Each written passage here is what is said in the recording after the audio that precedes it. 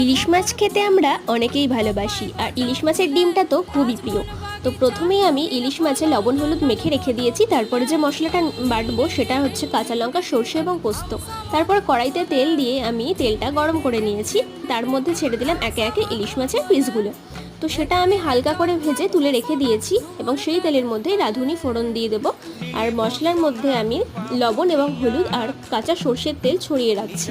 তারপরে আমি সেই তেলের মধ্যে রাঁধুনি ফোড়ন দেওয়ার পর মশলাটা দিয়ে দিলাম, দিয়ে ভালো করে কষিয়ে নিয়ে তার মধ্যে একটু জল দিলাম, দিয়ে তারপরে ইলিশ মাছের পিসগুলো ছেড়ে দিলাম একে একে, দিয়ে একটু ফুটে এলে তার মধ্যে কাঁচা লঙ্কা এবং লেবুর রস দিয়ে 10 থেকে 15 মিনিটের জন্য লো ফ্লেমে রেখে দিতে হবে।